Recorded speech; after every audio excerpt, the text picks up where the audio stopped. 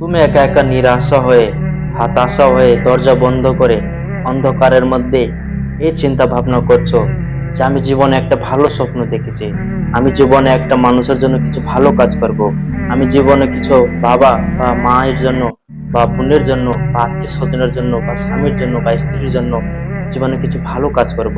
কিন্তু দুনিয়ার ভেতরে কিছু মানুষ আছে, যে মানুষ আমার স্বপ্নকে ভাঙবে, যে মানুষ আমার ঘরকে ভাঙবে, যে মানুষ আমার আত্মীয় স্বজনের ভিতরে উল্টো পাল্টা কথা বলিয়ে আমার কথা লাগিয়ে হয়তো সম্পর্ককে নষ্ট করবে।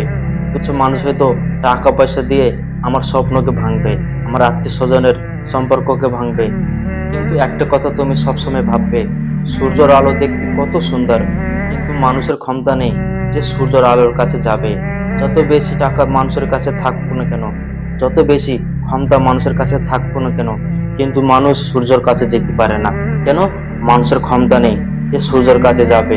কিন্তু তুমি হতাশ হয়ে আর নিরাশ হয়ে চিন্তা ভাবনা করছো কেন যে আমি একটা ভালো কাজ করব, আমি একটা ভালো স্বপ্ন দেখেছি, আমি আত্মীয় স্বজনের কিছু ভালো কাজ করব। কিন্তু মানুষ হয়তো টাকা পয়সা দিয়ে আমার স্বপ্নকে ভাঙবে, মানুষ হয়তো আমার পেছনে লেগে আমার স্বপ্নকে ভাঙবে, কিন্তু তুমি হতাশা হবে না। আর একটা কথা মাথায় রাখবে, রাস্তা দিয়ে যখন একটা সিংহ হাঁটে তখন 10টা কুকুর ভ্যা ভ্যা করে, 10টা ছাগল ভ্যা ভ্যা করে, কিন্তু সিংহ কি তার সাথে সাথে ভ্যা ভ্যা করে? করে না। কেন করে না? সিংহ জানে যে আমি এদের সাথে যদি ভ্যা ভ্যা করি তাহলে আমও কুকুর হয়ে যাব, আমও ছাগল হয়ে যাব। কিন্তু সিংহ কি করে? ছাগলকে, কুকুর, ভেড়াকে, মেকুরকে ইগনোর করে হাঁটে।